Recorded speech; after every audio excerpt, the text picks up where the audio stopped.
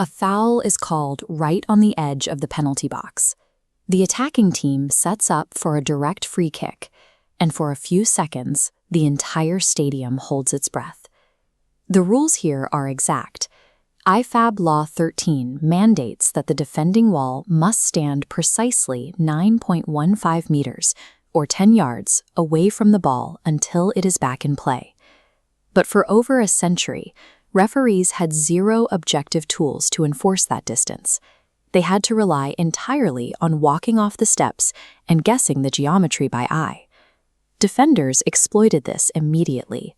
The second the referee turned their back, the defensive wall would execute a synchronized shuffle forward. Players would routinely steal huge amounts of space, sometimes compressing that required 9.15 meters down to a suffocating 3 meters. Defenders had every incentive to break the rules, and no physical barrier to stop them. The tactical geometry of the set piece had collapsed entirely. This diagram maps the trajectory of a driven free kick. When a wall stands at the legal 9.15 meters, the attacker has the exact physical space required to arc the ball up and dip it back down under the crossbar. Watch what happens to the math when the wall steals 4 meters. The required launch angle spikes. To clear the defenders, the ball has to travel so steeply that it will comfortably fly over the goal frame as well. This constant cheating created endless friction. Matches ground to a halt as attackers complained, defenders argued, and referees tried to push a wall of massive athletes back into place. A referee could pull out a yellow card to penalize a player for dissent, but that subjective punishment did nothing to physically restore the space the attackers were owed. Stopping the encroachment required a physical boundary, a mechanism that could lock human behavior in place through psychology. The solution came from Brazil, where an unemployed football fan engineered a highly specific, temporary boundary.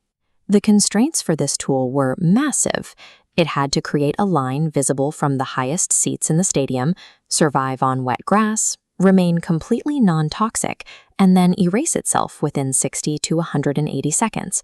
Inside the canister is a calibrated mixture of water, soapy surfactants, and liquefied butane.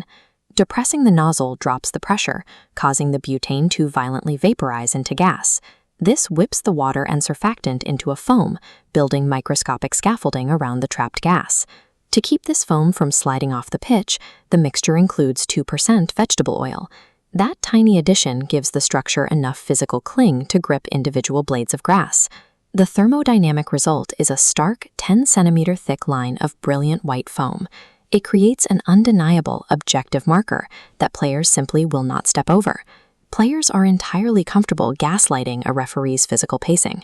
But stepping over a brightly glowing, temporary wall triggers a deeply ingrained psychological barrier. Everyone in the stadium can see the line. However, leaving permanent white lines all over the penalty box would quickly render the pitch unreadable. The foam's ability to completely vanish without a trace is just as vital to the game as its initial bright appearance. This microscopic view reveals the dual dissipation process, acting as a countdown clock. Highly volatile butane gas escapes upward into the atmosphere, while the liquid water walls drain into the soil. Without trapped gas and water, the bubbles pop and the bright foam vanishes. All that remains is a microscopic, harmless drop of water and surfactant residue. This chemical clock enforces the rules in the moment and then destroys its own evidence.